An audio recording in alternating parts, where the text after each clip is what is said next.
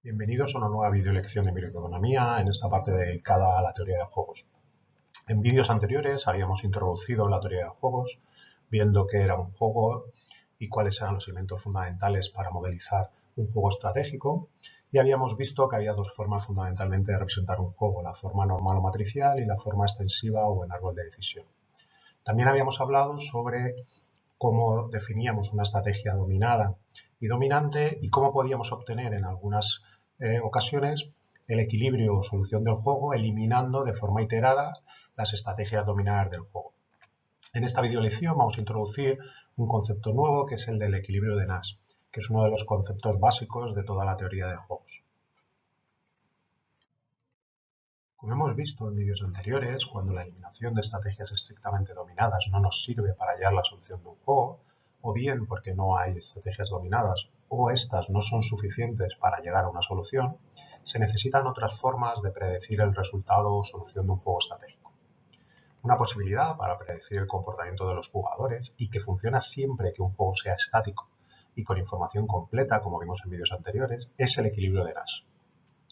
El equilibrio de Nash es un concepto matemático introducido por John F. Nash en 1950. Algunos seguramente conoceréis a este personaje no tanto por la foto que estáis viendo, sino por el papel interpretado por Russell Crowe en la peli Una mente maravillosa. Consideremos un juego cualesquiera en forma estratégica. En lo que sigue, SI asterisco y S menos I asterisco denotará un vector de estrategias de los jugadores de este juego, donde este vector está compuesto por una estrategia para cada jugador. De esta manera podemos definir el equilibrio de Nash en estrategias puras de la manera siguiente. El vector SI asterisco, S menos I asterisco es un equilibrio de Nash si para todo jugador I la estrategia correspondiente SI asterisco es una mejor respuesta a las estrategias del resto de jugadores, S menos I asterisco. Es decir, siempre que la utilidad o pago que recibe el jugador I cuando juega la estrategia SI asterisco y el resto de jugadores juegan S menos I asterisco sea siempre mayor o igual que la utilidad o pago que recibe el mismo jugador I cuando juega cualquier otra estrategia posible, SI sin asterisco, y el resto sigue jugando S menos I asterisco. En otras palabras, un equilibrio de Nash es un vector de estrategias tal que, si todos los jugadores actuasen de acuerdo a él y supiesen esto, entonces ninguno tendría incentivos para actuar de otro modo. En la mayoría de análisis de teoría de juegos se suele asumir que los jugadores de cualquier juego siempre actuarán según un equilibrio de Nash de este. Como la justificación de esta hipótesis es compleja, no la estudiaremos aquí en detalle. Debo advertiros, de todas formas, que es un supuesto algo polémico y que su validez empírica está sujeta a debate. La noción de equilibrio de Nash es más débil que la noción de equilibrio en estrategias dominantes que vimos en vídeos anteriores. Es decir, un equilibrio en estrategias dominantes siempre es también un equilibrio de Nash en estrategias puras. Por ejemplo, el resultado cooperar-cooperar del dilema del prisionero es un equilibrio de Nash. Sin embargo, un equilibrio de Nash no tiene por qué ser siempre un equilibrio en estrategias dominantes. Por ejemplo, los equilibrios de Nash que vamos a ver posteriormente para la batalla de los sexos o del juego de la gallina no son equilibrios en estrategias dominantes, ya que en estos juegos no hay estrategias dominadas. ¿Es esto generalizable? Es decir, ¿es cierto que una estrategia estrictamente dominada nunca puede ser parte de un equilibrio de Nash de un juego? La respuesta es sí, sea cual sea el juego considerado. Más aún, puede probarse que si una estrategia no sobrevive a la eliminación iterada de estrategias, entonces nunca formará parte de un equilibrio. Veamos cómo se calcula un equilibrio de Nash con el siguiente juego en forma normal o matricial, donde tenemos dos jugadores con tres estrategias cada uno. En general, y si tenemos una matriz de pagos como la de la pantalla, podemos hallar los equilibrios aplicando la siguiente regla sencilla a todas las celdas de la matriz. Si el primer pago de una celda es el máximo de su columna y el segundo pago es el máximo de su fila, entonces el vector de estrategias correspondiente es un equilibrio de Nash. Siempre que asumamos que el primer pago de cada celda corresponde al jugador fila, como definimos en vídeos introductorios. Empecemos viendo cuál es el mayor pago para el jugador 1 si el jugador 2 juega a él, es decir, si nos situamos en la primera columna. Vemos que será 4 si juega M, ya que 4 es mayor que 0 y mayor que 3, que son las otras posibles ganancias del jugador 1 si el jugador 2 juega L. Ahora hacemos lo mismo en la segunda columna, cuando el jugador 2 juega M, y vemos que la mayor ganancia para el jugador 1 es 15 si elige U. Y finalmente, si miramos la tercera columna, cuando el jugador 2 juega R, vemos que la mayor ganancia del jugador 1 es 1 si elige B. Ahora tenemos que realizar un proceso similar por filas.